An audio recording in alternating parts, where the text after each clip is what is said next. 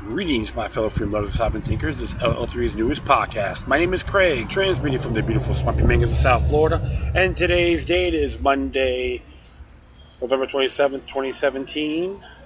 Yeah, I've just been hanging out a little bit, getting better. Stuff has been clearing up, which I'm very happy. Yeah, sometimes you always gotta check your health, my friends. Please do that. I even have my falters at times as well. It's part of human nature. So I'm just kicking back late Monday morning. Oh, Monday night, excuse me. Early Monday night, excuse me. So it's one of those things. It's been a little bit twisted. That's alright. Yeah, I'm just shooting the breeze and gonna be talking a few topics. I just love this, everything's going on with the so-called all these sexual harassment accusations and so forth. The question is how authentic is it? Accurate, or it's just hot air? That's one thing you have to always look at. And don't get me wrong, I'm real critical with Church of Hollywood. I studied authentic history on that, especially when Marilyn Monroe, during her career, she was conscripted 3 abortions, in her lifetime, and she did want a child, and people in that particular entity owned her. So yes, there's a lot of, based on past history, a lot of controversies within that realm, but you always gotta see how accurate and authentic it really is. So that's why I tell my friends out there, always observe responsibly. There's people that I'm not crazy about either, and I know a lot of folks on my show, who listen to my show, do the same thing. But remember, you gotta have facts, not just post hearsay or hearsay realm, anything like that. So that's one thing I always gonna be aware of. So, speaking of genocide and all that, something that came out from truthdig.com, and yeah, this is very interesting here. And this was during the whole ordeal that happened in Bosnia.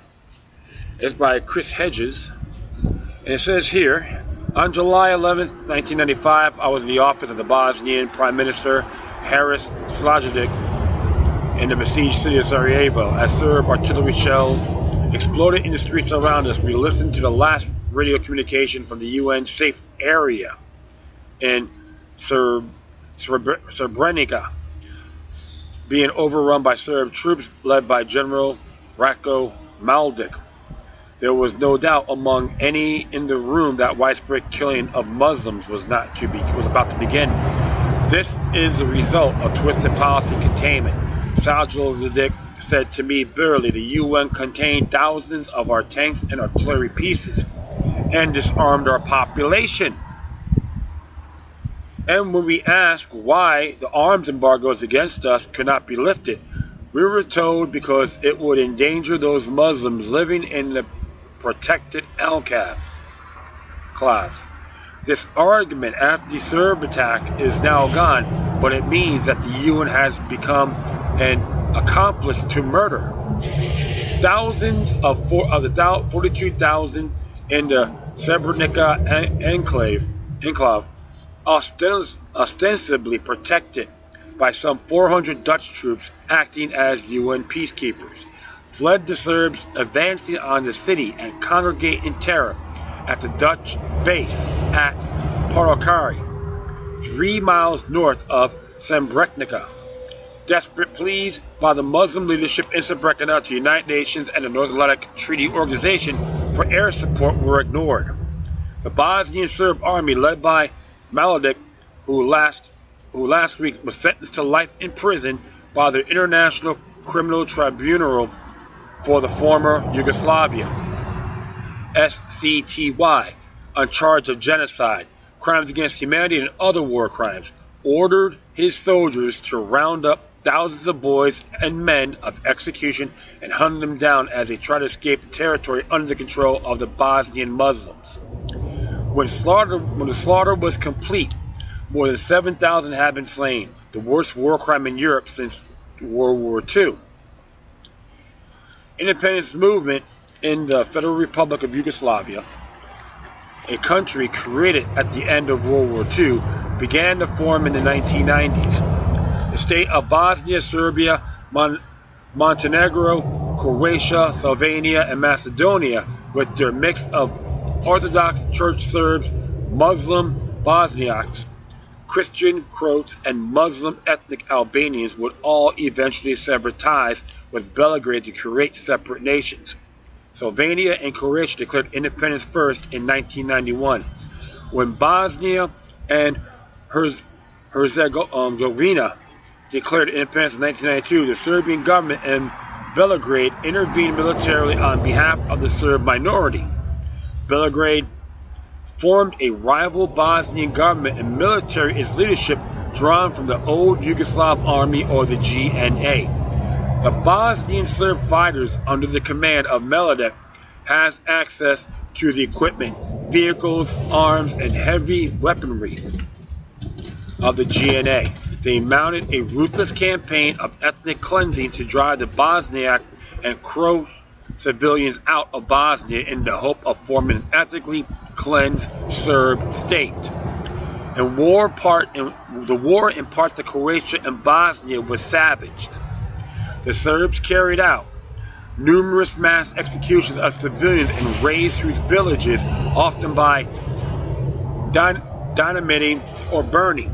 The war ended in the fall of 1995 when the NATO bombing campaign that crippled the Serbs militarily and forced them to negotiate a peace agreement. An estimated 100,000 people died and 2 million were displaced in the Bosnian conflict. The Bosnia's capital, Sarajevo, along with 5 other Muslim-held enclaves, was surrounded by Serb forces. Sarajevo was pounded daily with heavy artillery, mortar rounds, Katyusha rockets, and 90mm tank rounds. Serbian snipers hidden in buildings in the city's Serb-held suburbs on the front lines routinely gunned down civilians emerging from basements to find food or water. The Serbs set up concentration camps where Muslims were tortured, starved, and sometimes shot. They commandeered old tourist hotels where they imprisoned Muslims and Croat girls and women and carried out daily rapes, often executing the girls and women after a few weeks. By the time I arrived in Sarajevo in 1995, 1,000 people had been killed, including 45 foreign journalists. The city was being hit with up to 2,000 shells a day.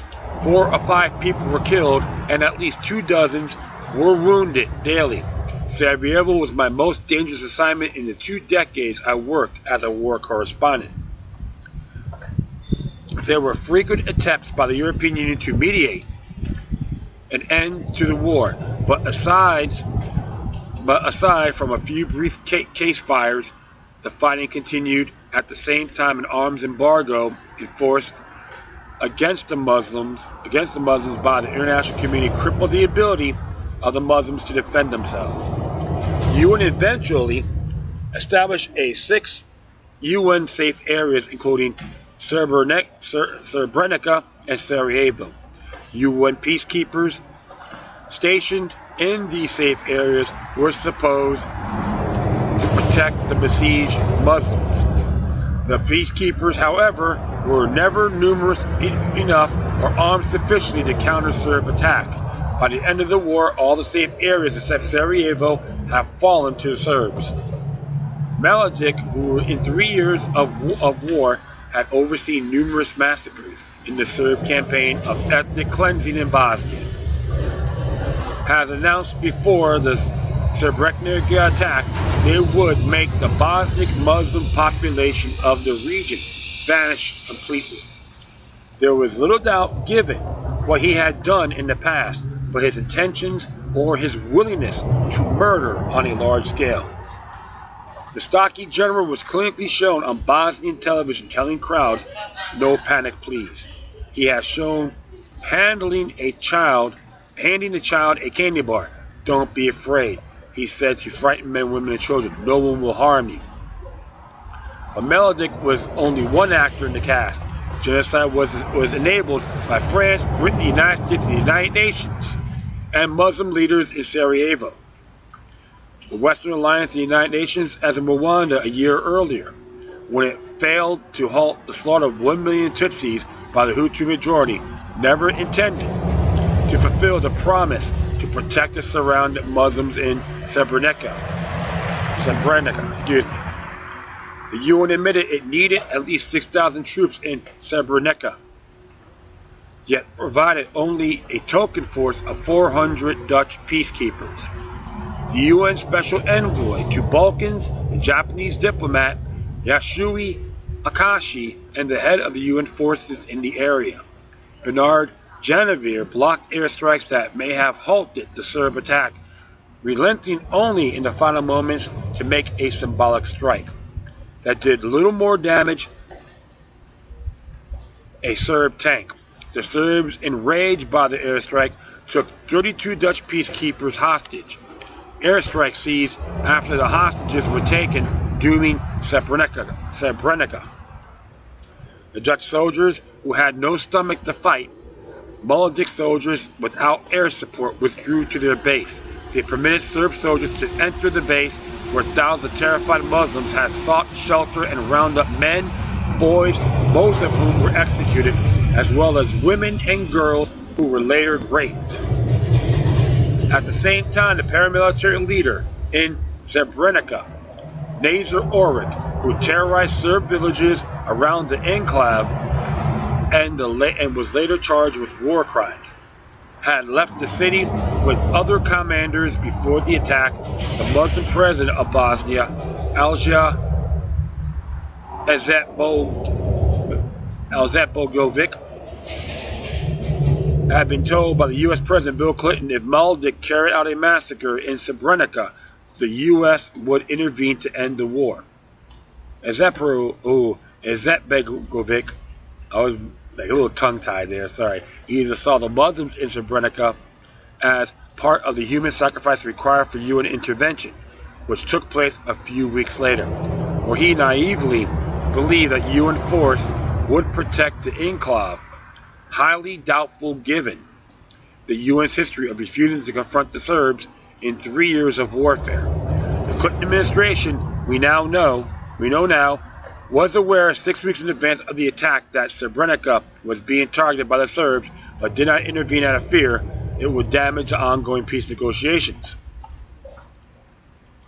Izetbegovic had also carried out secret negotiations with Serb President Slobodan Milosevic to trade the UN safe areas of Gozarde, Zepa, and Srebrenica, small islands of Muslim trapped in Serb-held territory and nominally protected by the United Nations Protection Force of UNPROFOR for 3 Serb suburbs around Sarajevo. This exchange of territory was later codified by the Dayton Peace Agreement. Izetbegovic was willing, it appears. Oh, hold on here.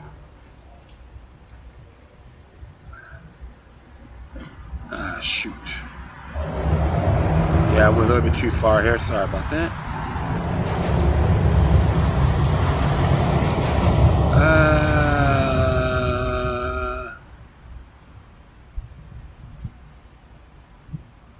Okay, one moment. Sorry about that, my friends. Went a little bit too far quick. Yep, okay. The peace agreement, Izetbegovic was willing, it appears, to give what he knew he could not defend despite the loss of life. The Dutch commander in Srebrenica, Colonel Ton Karisman, met Mladic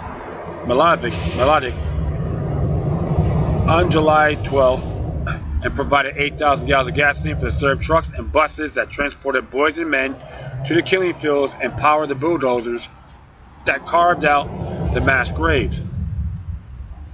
The scale of killings was known almost immediately. U.S. intelligence agencies had reconnaissance satellite photographs that showed hundreds of Muslims blindfolded with their hands tied behind their backs, held at gunpoint by the Serb captors near one pit. There were later photographs of them lying dead in rows. A few days later, photographs showed fields covered with the freshly dug earth of mass graves. Yet even as the killings were taking place, the international community did nothing. The European Union Special Envoy Carl Bildt met Mladic and Milosevic as the massacres were being carried out, and inexplicably decided not to raise the killing as an issue. His chief concern was the Dutch soldiers being held hostage. He was promised they would be released. Mladic, like Radovan Karadzic and Milosevic, is guilty of war crimes. He should spend the rest of his life in prison, but this act of justice is being used to absolve the international community and political leadership, including Muslim leaders, who are complicit. A Dutch court in 2014 found that Dutch peacekeepers were responsible for the deaths of 300 at Srebrenica, resolving one of several lawsuits related to the genocide, and the Dutch government resigned in 2002 after acknowledging its failure to protect those in Srebrenica. But the Dutch are alone in attempting to accept some responsibility for the killings. How is it all the diplomats, politicians, generals, and UN representatives who are complicit in this genocide and have never been held to account? Why were none forced to resign in disgrace? How could the UN and international community promise to protect the population facing genocide and then refuse to defend it? How could they insist on imposing an arms embargo on the Muslims in Bosnia as the Serbs deployed heavy weapons against them? How could the Dutch soldiers hand over civilians who they had every reason to suspect would be murdered, and then provide gasoline and use trucks and buses that transported them, the men and boys, to execution sites? How could the Muslim leadership sacrifice thousands of its own people to achieve the goal of NATO intervention? The world is not bifurcated into good and evil. The United States, too, is guilty for killings in Srebrenica. Refusing to examine and accept our responsibility in this act of genocide means there will be more genocides, as we see with Myanmar's assault on the Rohingya Muslims and the Saudi campaign against Yemen. We should learn the central lesson of the Holocaust a long time ago. When you have the capacity to stop genocide, you do not. You are culpable. Interesting there. And this is why, my friends, the United Nations, for an example, to me is just a total farce. You may have some good people in there, but the truth of the matter is, it is downright degrading what they've done in past history. And they are anti-self-defense. They support victim disarmament. You can just go to UN's and look at it yourselves. Even the National Security Archives talk about that Srebrenica genocide, and I did address that in my show in the past. You can look it up. This is what I always tell everyone. I condemn all forms of genocide and democide regardless. And we're talking about the Holocaust. The Holocaust, yeah? I always say which one, with all due respect. And don't get me wrong. One thing, on the bright side of that, positive side of the so-called Holocaust, it opened up a door of genocides and democides around the world. I'll get that straight. One thing for sure, you got to condemn this like everything else. If not, then you're part of the problem, not the solution. That's why, my friends, when it comes to the right to self-defense, it's a natural born right, not a privilege. I don't need the government to tell me what to do or how to wipe my behind. Anyone that's against it is an enemy of humanity. And I'll be very sincere on that, and all in good faith. How long are we going to sit here and do nothing? And even the United States alone, the people themselves file their taxes, and all this goes to foreign intervention.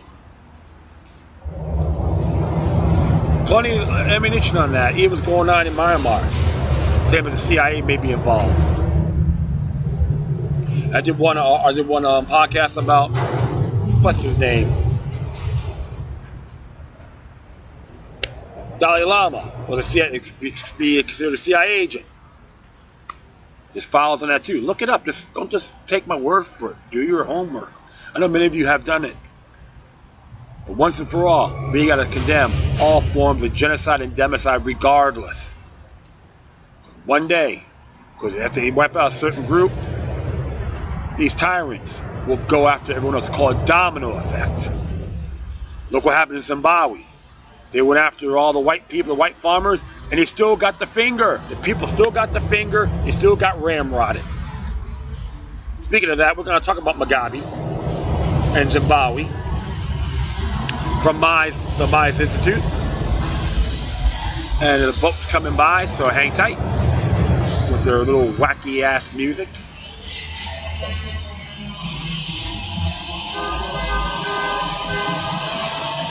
Yeah, you can hear that. Cow music. Ooh.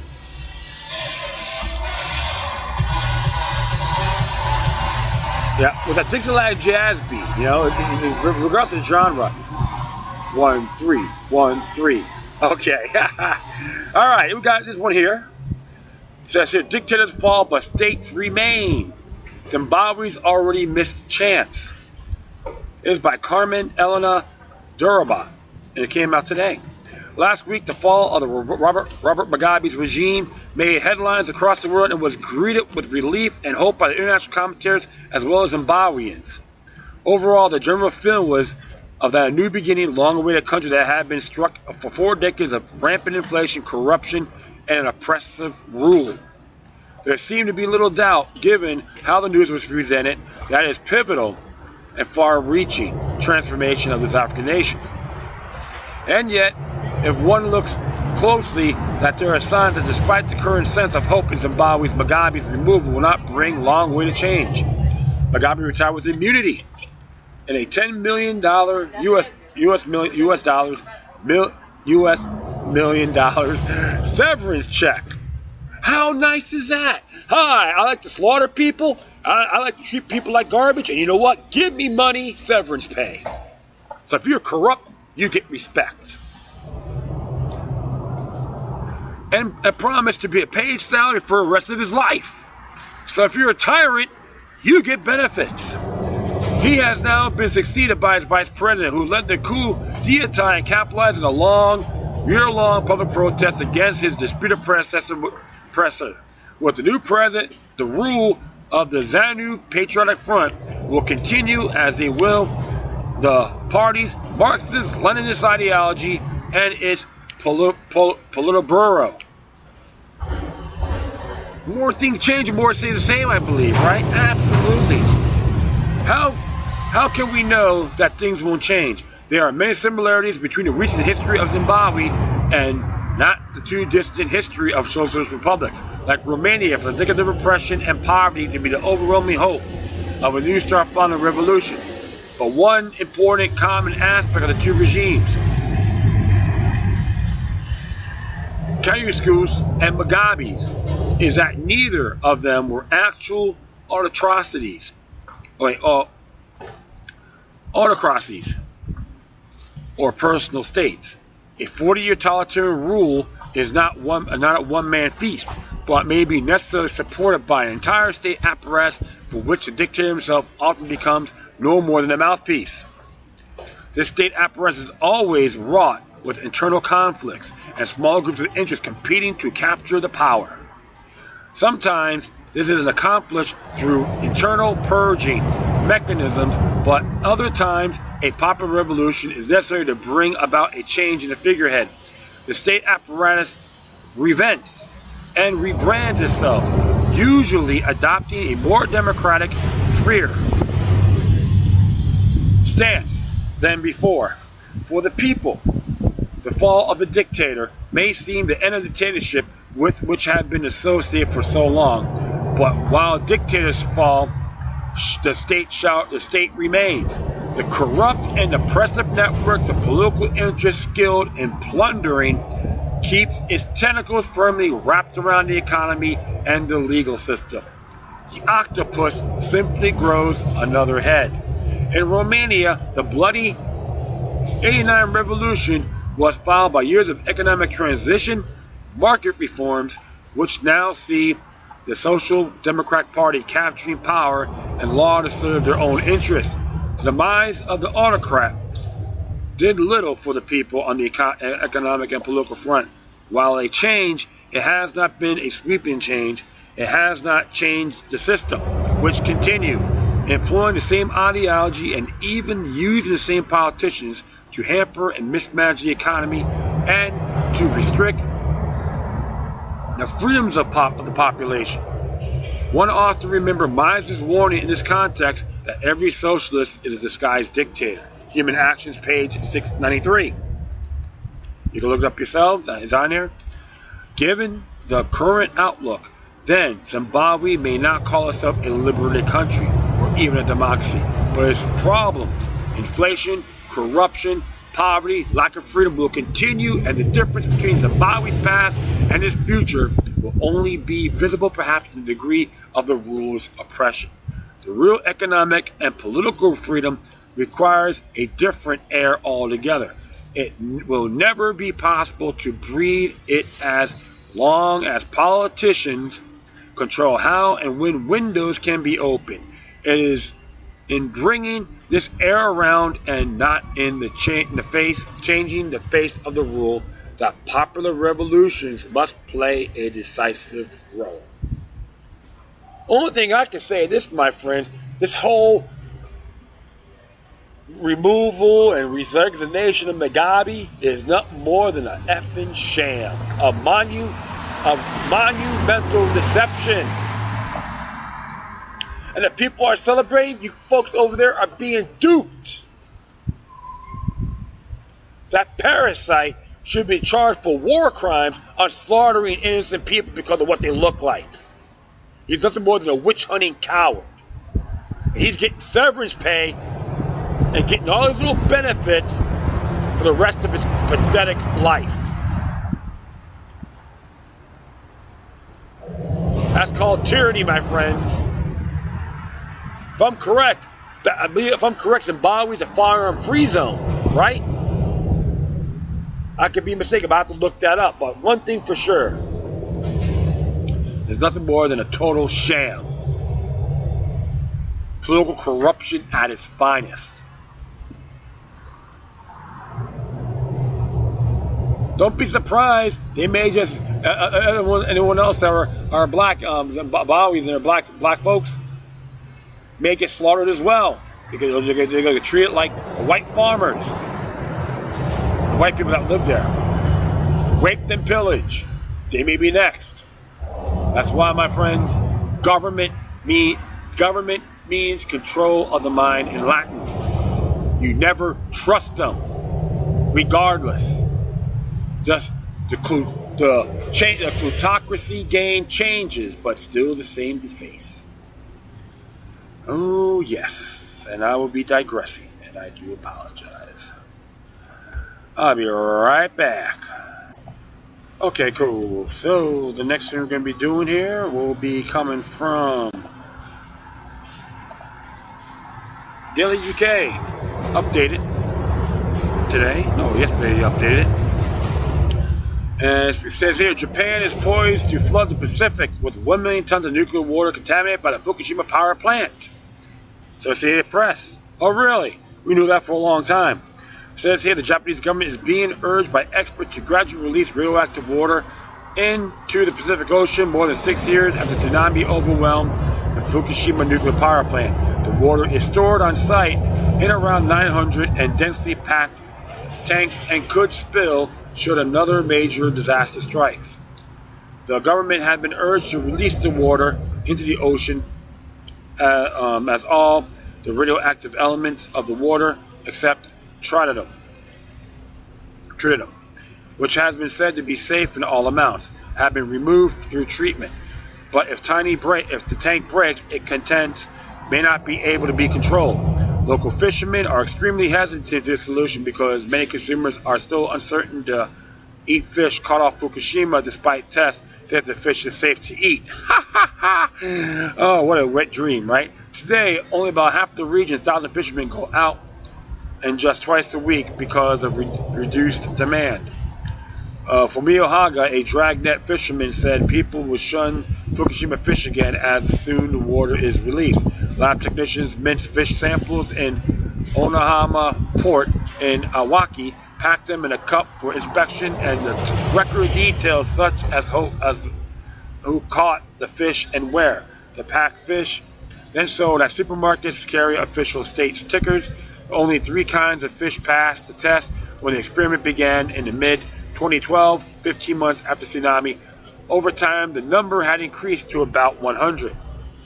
The fish meat was believed to be the world's most stringent requirement, less than half of the radioactive cesium level allowed under Japan's national standard and 1/12 of the US or EU limit, says Yasushi Nemoto, a senior researcher in Onamama testing station.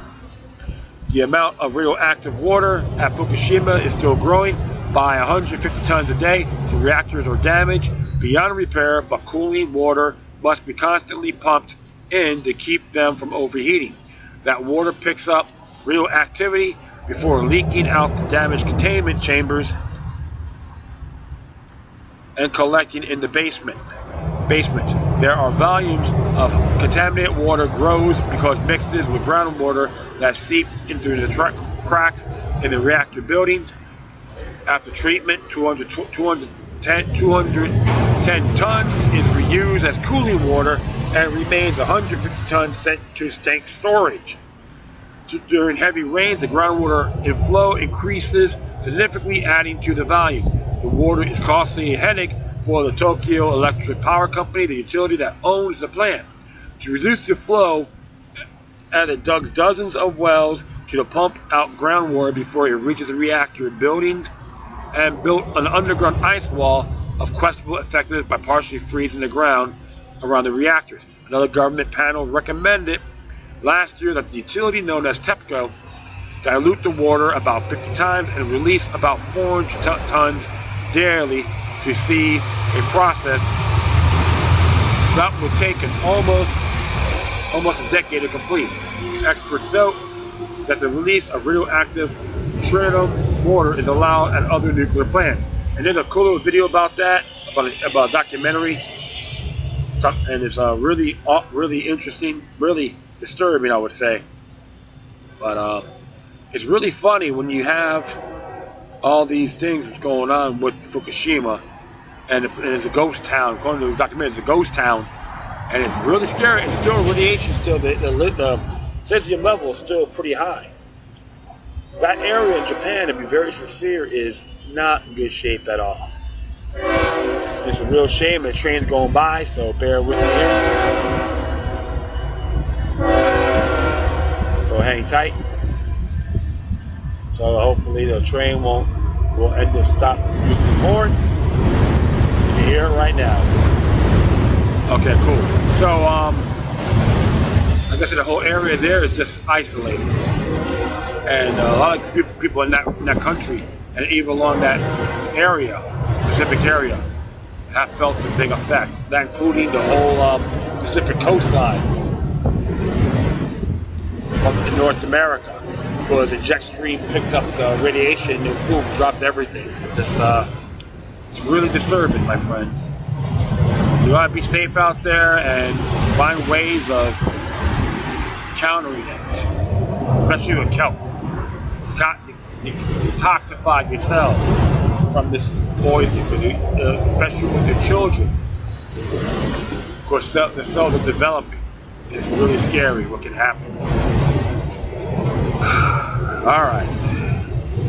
Well, we got one more thing here. Came from the Rutherford Institute. It's entitled "Nervous About Traffic Stops? I Am. You Should Be Too," by John Whitehead. Quit resisting. Cops yell at complaining young man who was thrown to the ground, beaten and arrested and hospitalized for severe injuries to his face and arm, allegedly in retaliation for resisting arrest by driving to a safe, well-lit area before submitting to a traffic stop for a broken taillight. We've all been there before. You're driving along and you see a pair of flashing blue lights in the rearview mirror. Whatever or not you've done anything wrong, you get sinking feeling in your stomach. You've read enough news stories, seen enough headlines, and lived in the American police state long enough to be anxious about any encounter with a cop that takes place on the side of the road. For better or worse, from the moment you're pulled over, you're at the mercy of law enforcement officers who have almost absolute discretion to decide who is a threat, which constitutes resistance, and how harshly they can deal with citizens they were appointed to protect, serve, and protect. This is what I call a blank check policing, in which a police get to call all the shots. So if you're nervous about traffic stops, you have to be a reason to be. Trying to predict the outcome of any encounter with the police is a bit like playing Russian roulette. Most of the time you will emerge relatively unscathed. Although decidedly poorer or less secure about your rights, but there's always a chance that your encounter will turn deadly.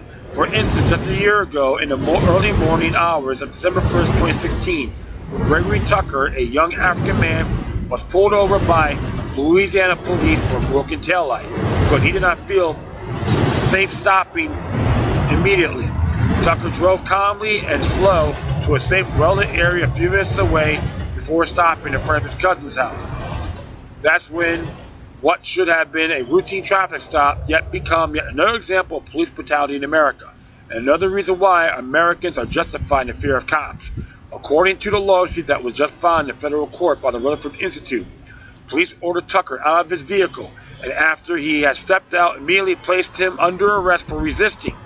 In this case, not immediately stopping and searched his person and his vehicle. Tucker was ordered to move the front of the police vehicle and place his hands on the hood. Two more police officers arrived at the scene, walked up behind Tucker, grabbed his arms, and restrained and handcuffed him. Then the fourth police officer arrived at the scene.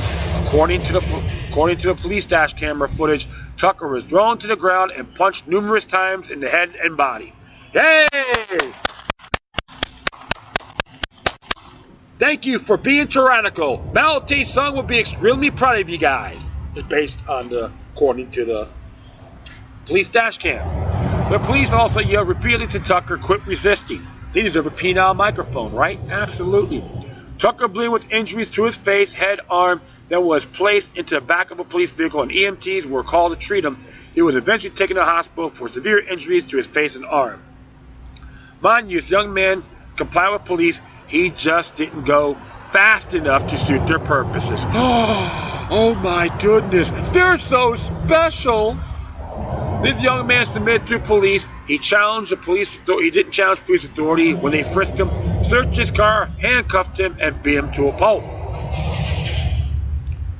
If this young man is guilty of anything, he's guilty of ticking off cops by being cautious, concerned for his safety, and all is too aware of the dangers faced by young black men during encounters with the police. Frankly, you don't have to even have to be young or black or a man to fear for your life during an encounter with police. Just consider the growing numbers of unarmed people who are being shot and killed just for standing a certain way or moving a certain way or holding something, anything that police could misinterpret to be a gun or igniting some trigger-centric fear in a police officer's mind that has nothing to do with the actual threat to their safety.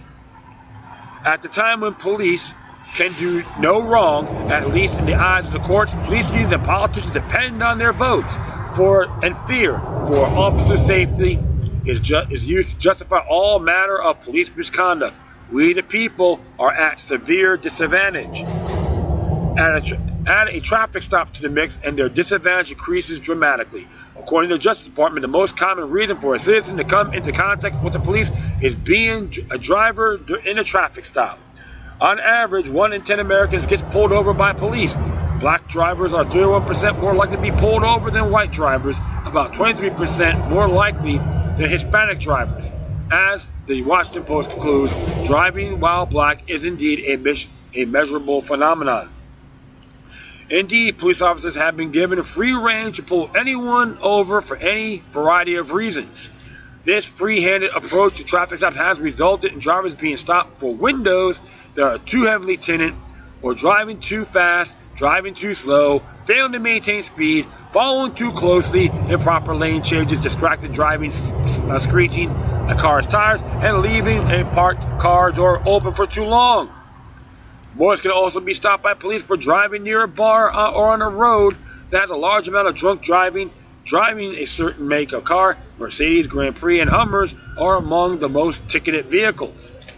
Having anything dangling from the rearview mirror, air fresheners, handicap parking permits, a troll transponder, or rosaries, and displaying pro-police bumper stickers. You can be stopped for that. That's interesting. Incredibly, a federal appeals court actually ruled unanimously in 2014 that acne scars and driving with a stiff, upright posture are reasonable grounds for being pulled over.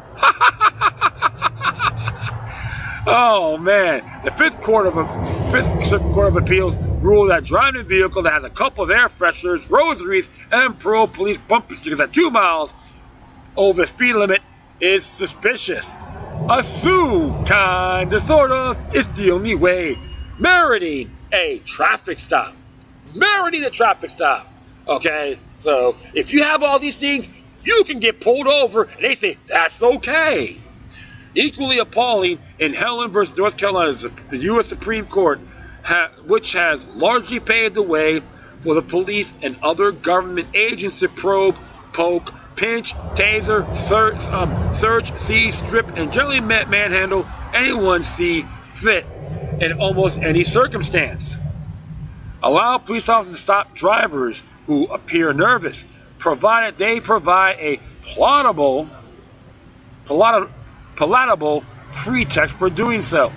Justice Sonia Sotomayor was the lone objector in the case. I gotta respect that, even though I'm not crazy about some of her actions, but that I give her credit for that. Dissenting in Hyam, Sotomayor warned, giving officers license to effect seizures so long as they can attach to their reasonable view of the facts some reasonable legal interpretation or misinterpretation that suggests a law has been violated significantly expands this authority. One wonders how a citizen seeking to be a law-abiding and to structure his or her behavior to avoid these invasive, frightening, and humiliating encounters could do so. In other words, drivers beware. Traffic stops aren't just dangerous, they can be downright deadly. Remember Walter L. Scott, reportedly pulled over for a broken taillight? Scott, unarmed, ran away from the police officer who pursued and shot him from behind, first with a taser, then with a gun. Scott was struck 5 times, 3 times in the back, once in the upper buttocks, and once in the ear, with at least 1 bullet entering his heart. Samuel DuBose, who also unarmed, was pulled over for missing front license plate. He was reportedly shot in the head of a brief struggle in which his car began rolling forward. Lever Jones was stopped for a seatbelt offense just as he was getting out of his car to enter the convenience store, direct to show his license, and leaned into his car to get his wallet, only being shot 4 times by a fearful officer. Jones was also unarmed. Bobby Knight was also pulled over for having an expired registration when the 70-year-old reached into the back of his truck for his walking cane. The officer fired shots at him, hitting him once in the abdomen.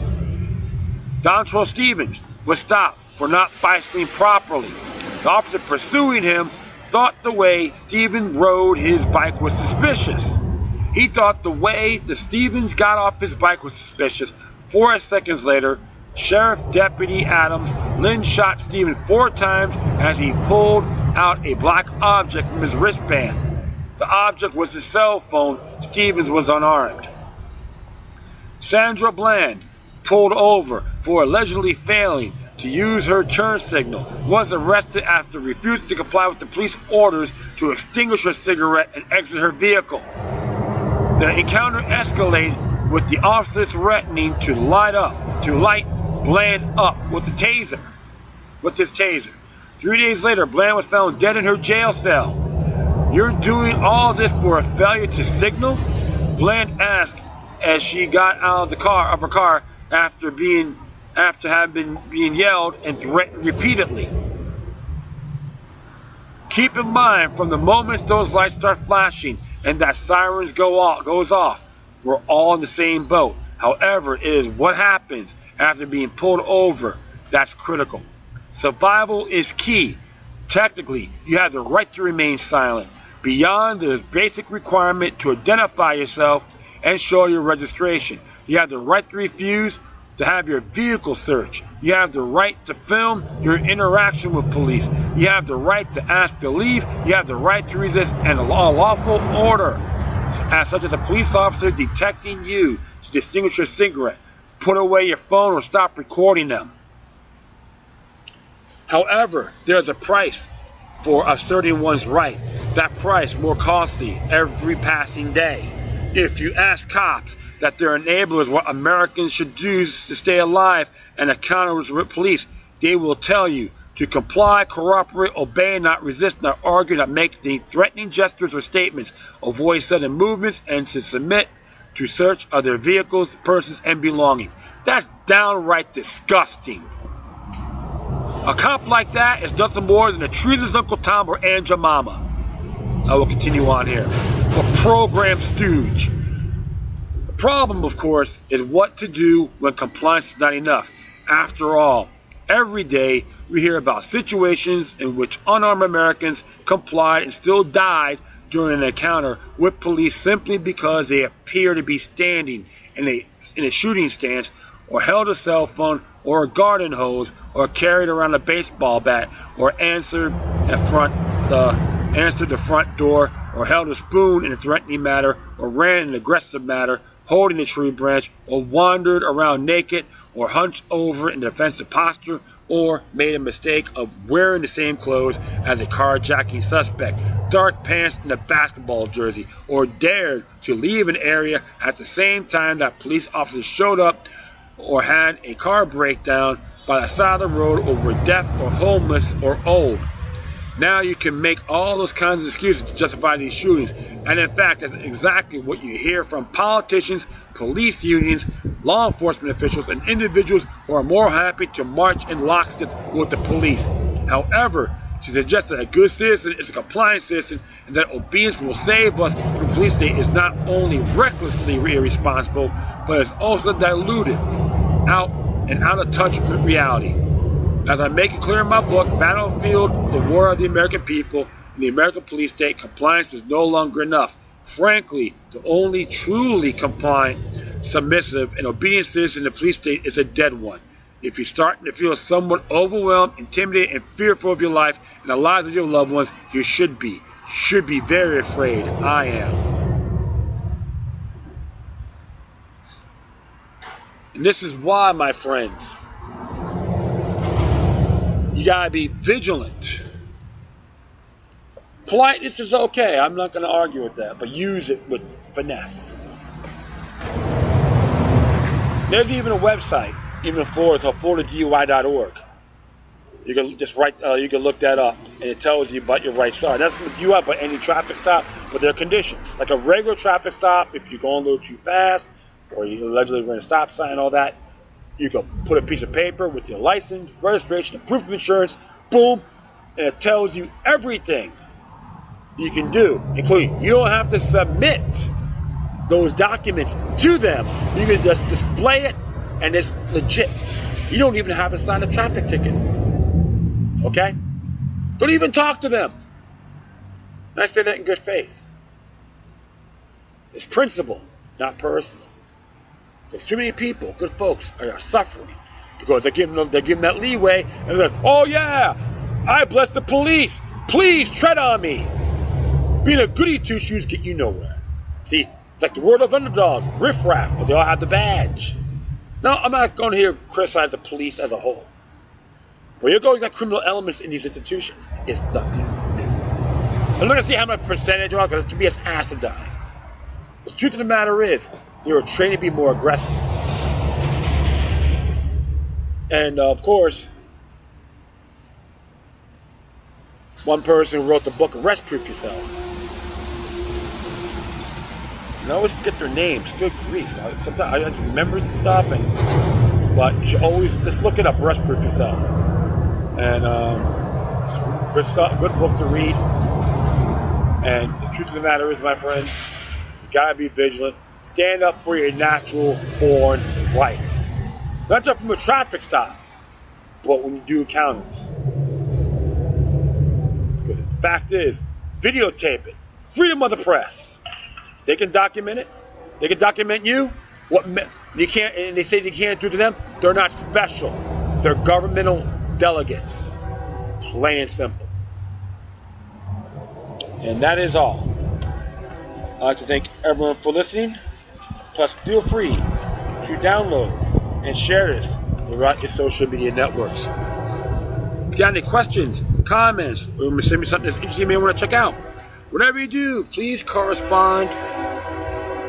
Please send your correspondences with decorum. You can hit me on Facebook, Twitter, Google+, Spreaker, iHeartRadio, Tumblr, YouTube, Freedoms Network, Scene.life, Minds.com, FutureNet.club, Patreon.com/LookingLuck with 3 eyes.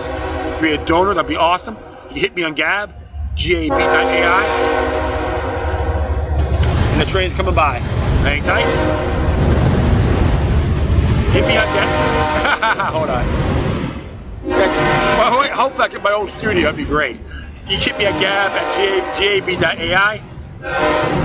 In addition, you can email me at LookingLuck3@gmail.com, or the encrypted ones, LookingLuck03@protonmail.com. Okay, my friends, that's all for now. Once again, thank you for your time. Plus, always remember that the demoniac resistance helps to the soul. You can liberate humanity. Until next time, take care of yourselves. Keep on spreading love, and may your guardian spirits be with you.